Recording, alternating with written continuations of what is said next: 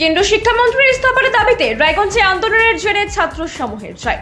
এ বিষয়ে জানা যায়, দিল্লির যন্তর মন্তরে চলে আন্দোলনের সমর্থনে গত বুধবার 22 জুলাই সন্ধ্যায় রায়গঞ্জ শহরে ছাত্র সমাজের পক্ষ থেকে ব্যানার ও ফেস্টুন সহ পদযাত্রার র্যালির আয়োজন করা হয়েছিল। আন্দোলনের ইতিবাচক সাড়া মেলে উদ্যোক্তার পক্ষ থেকে মিছিলে উপস্থিত ও অনুপস্থিত সমর্থক ছাত্র জনতাকে আন্তরিক অভিনন্দন জানান মৃন্ময় সরকার, মুস্কান খাতুন, রিয়াজ আহমেদ, গোলাম রব্বানী, শ্যামল দত্ত সহ অন্যরা। সংগঠকরা জানান, এই আন্দোলন যন্তর মন্তর পেরিয়ে সারা দেশ ছড়িয়ে পড়েছে। প্রতিবেশী দেশেও মশালে মিছিল হয়েছে। শিক্ষামন্ত্রী ধর্মেন্দ্র প্রধানের ইস্তফার মধ্য দিয়ে আন্দোলন প্রাথমিকভাবে জয়যুক্ত হলেও সামগ্রিকভাবে এখনো অনেক পথ বাকি।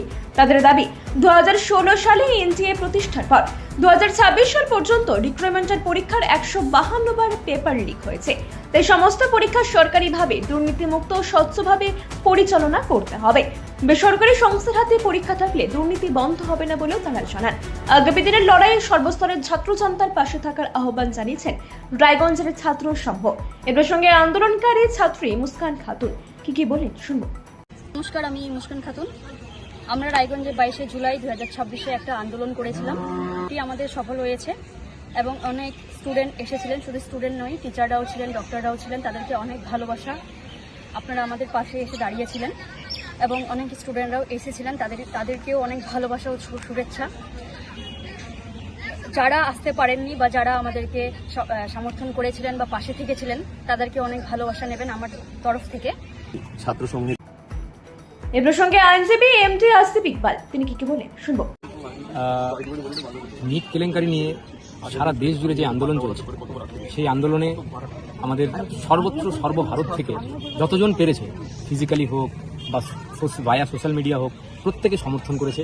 এই জন্য আমি মন থেকে আমাদের আইনজীবীদের তরফ থেকে প্রত্যেক স্টুডেন্টকে আন্তরিক অভিনন্দন জানাই। এবং এই যে ঐতিহাসিক ছাত্র আন্দোলন, সেটা আজ দুপুরে সার্থক হয়েছে। সারা ভারতবর্ষ দেখেছে, সারা ভারতবর্ষে সংবিধানের জয় হয়েছে, গণতন্ত্রের জয় হয়েছে। আমি একটাই কথা বলবো যে 21 জন ছাত্রছাত্রী এই নিট কেলেঙ্কারির আওতায় এসে নিজের প্রাণ হারিয়েছে, তাদের পরিবারের প্রতি আমি একজন আইনজীবী হিসাবে তাদের পরিবারের প্রতি আমার সমবেদনা রইল। তাদের আত্মার আমরা প্রত্যেকে শান্তি কামনা করি এবং ভবিষ্যতে যাতে কোনো নট অনলি নিট, কোনো পরীক্ষা যাতে কোনো দুর্নীতিমূলক জিনিসের সাথে সংযুক্ত না হয়, সেদিকে আমি ভারত সরকারকে বলবো সর্বদা যাতে ভারত সরকার সেদিকে নজর রাখেন। এবং সবাই ভালো থাকবেন। জয়। রায়গঞ্জ থেকে প্রণব কুমার দেবনাথের রিপোর্ট, আর বঙ্গ সংবাদ।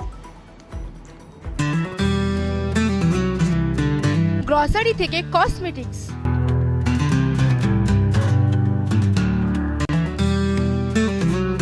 আপনার যে কোনো প্রয়োজনীয় জিনিস পেয়ে যাবেন একই ছাদের তলায়।